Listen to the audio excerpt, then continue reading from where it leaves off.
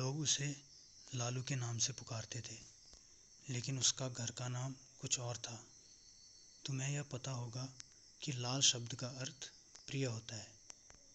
यह नाम उसका किसने रखा था यह मैं नहीं जानता, लेकिन देखा ऐसा गया है कि कोई कोई व्यक्ति यूं ही सबके प्रिय बन जाते हैं। लालू भी ऐसा ही व्यक्ति था। स्कूल से पास होकर हम कॉलेज में दाखिल हो गए। लालू ने कहा, भाई अब मैं रोजगार करूँगा। इसके बाद अपनी माँ से 10 रुपये मांगकर उसने ठेकेदारी का काम करना शुरू कर दिया। हम लोगों ने हंसकर उसका मजाक उड़ाते हुए कहा, 10 रुपये से भला कहीं रोजगार होता है? अगर इतनी पूंजी से रोजगार होता तो सब कर लेते। लालू ने कहा, मेरे लिए इतना ही काफ़ी है। वह सबके लिए प्रिय था, इसलिए उसे काम मिलते देर न लगी। कॉलेज से लौटते वक्त रोजाना हम उसे रास्ते में सिर पर छाता लगाए हुए कुछ मजदूरों के बीच अपने काम में संलग्न पाते थे। हम लोगों को देखते ही चिढ़ाते हुए वह कह उठा था, अरे जल्दी जल्दी कदम बढ़ाकर आओ, वरना परसेंटेज में कमी आ जाएगी। गांव की पाठशाला में जब हम एक साथ पढ़ते थे, तभी से वह मिस्त्री का काम करने में चतुर था। उसके बस्ते में एक नन्ही, एक छुरी, एक छोटी हथौड़ी, एक घोड़े की नाल और एक छेनी हर वक्त रखी रहती थी। इन चीज़ों का संग्रह उसने कब और कैसे किया यह मैं नहीं जानता, लेकिन ऐसा कोई कार्य नहीं बचा था जिसे वह इन सामग्रियों से न कर सके। स्कूल के सभी साथियों का छाता मरम्मत, स्टील की फ्रेम ठीक करना, खेलकूद के समय पैजामा या कमीज को सी देना, इसी तरह वो बहुत से काम किया करता था। किसी भी कार्य के लिए इनकार उसने कभी नहीं किया। इसके अतिरिक्त भी नाना प्रकार की चीज़ें बनाया करता था। एक बार छठ के मेले के समय 2 आने का रंगीन कागज और मिट्टी के प्याले खरीदकर न जाने क्या क्या बनाकर उसने गंगा के किनारे बैठकर उन खिलौनों को 2.5 रुपये में बेचा।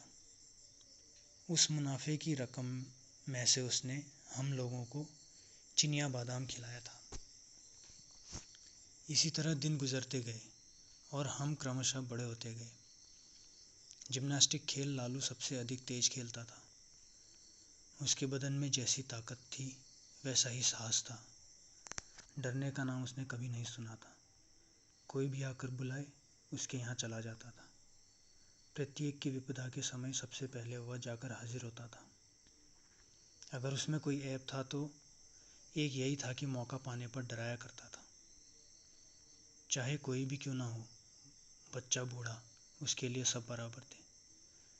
हम तो समझ ही नहीं पाते थे, लेकिन वह न जाने कैसे ऐसे विचित्र उपायों को खोज डालता था।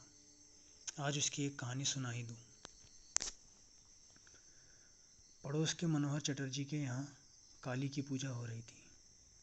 ठीक अर्धरात्रि के समय बकरा बलिदान होना था, लेकिन बलि देने वाले लोहार का कहीं भी पता नहीं था। देर होते देख कई व्यक्ति उसके यहाँ गए तो देखा लोहार के पेट में काफ़ी दर्द है और आने में बिल्कुल असमर्थ है। लौटकर आकर लोगों ने खबर दी। खबर पाते ही सबके सिर पर हाथ रखकर बैठ गए। इधर बिना बलिदान किए पूजा अधूरी रह जाएगी। अब इतनी रात को दूसरे आदमी की तलाश कहाँ की जाए।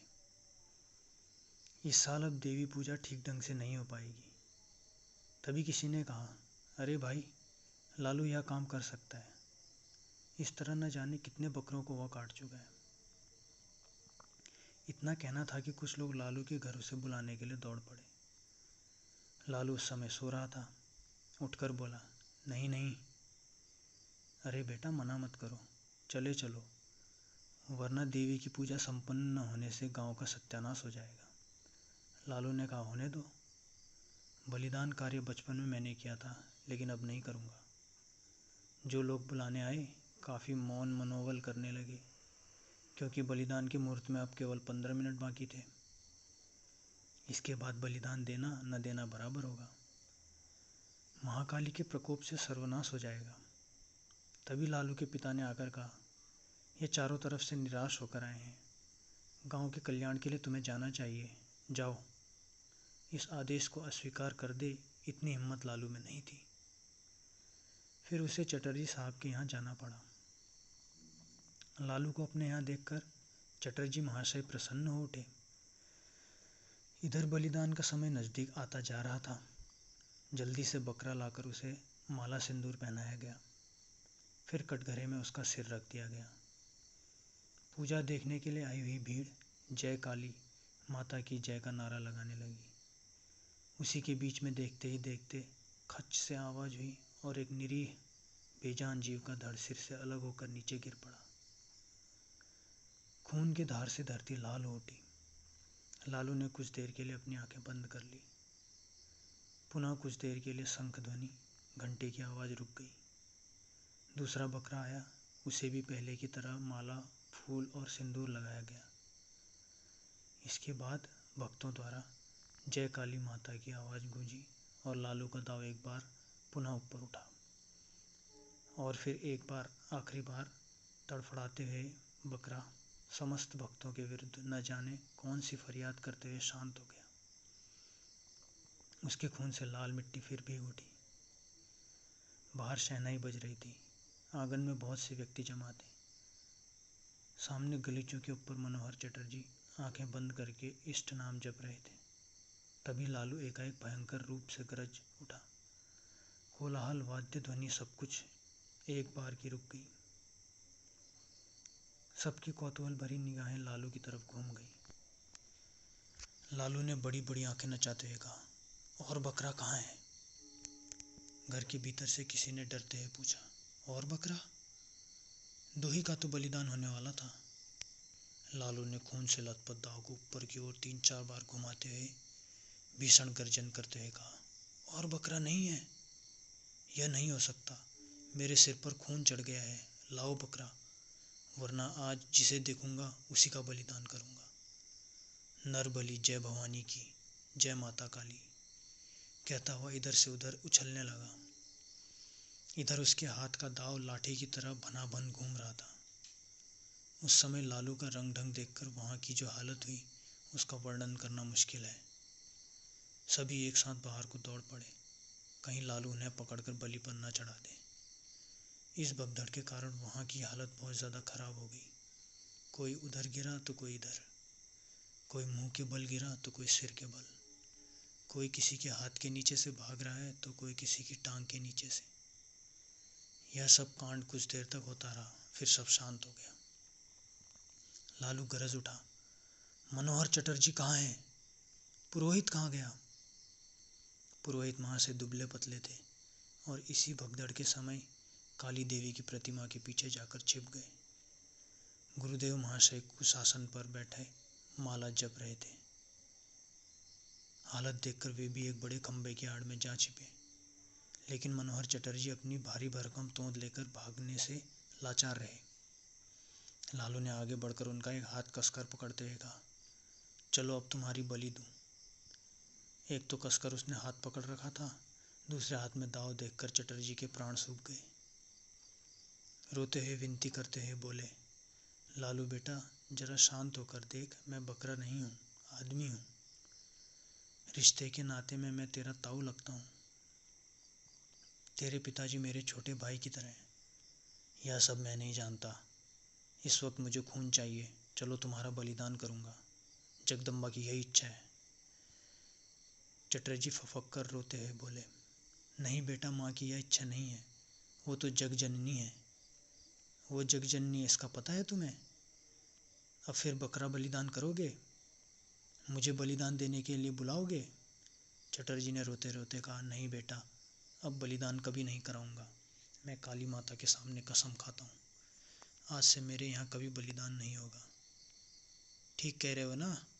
हाँ बेटा, ठीक कह रहा हूँ। अब कभी नहीं कराऊंगा। मेरा हाथ छोड़ दे बेटा, पखाने जाऊंगा। लालू ने हाथ छोड़ते हुए कहा, अच्छा जाओ, तुम्हें छोड़ दे रहा हूँ, लेकिन पुरोहित कहाँ गया? और गुरुदेव, वह कहाँ गया? कहता हुआ वह एक बार फिर गरज उठा। फिर कमरे में इधर उधर टहलते हुए बरामदे के करीब आ गया। उसका भयंकर रूप देखकर खंबे की आड़ से गुरुदेव और प्रतिमा की आड़ से पुरोहित दोनों एक साथ करुण स्वर में 2 प्रकार की आवाज़ों में चीख उठे। दोनों का स्वर दो ढंग का ऐसा बेसुरा हो गया कि लालू अपने को संभाल नहीं पाया। हो होकर हंसते हुए दाव एक ओर फेंक कर भाग खड़ा हुआ। तब यह किसी को समझते देर न लगी कि लालू ने यह सब ढोंग किया था। सचमुच उसके ऊपर काली माता सवार नहीं हुई थी। यह कांड लोगों को डराने के लिए ही उसने किया। थोड़ी देर बाद पुनः भक्तों की भीड़ जुट गई।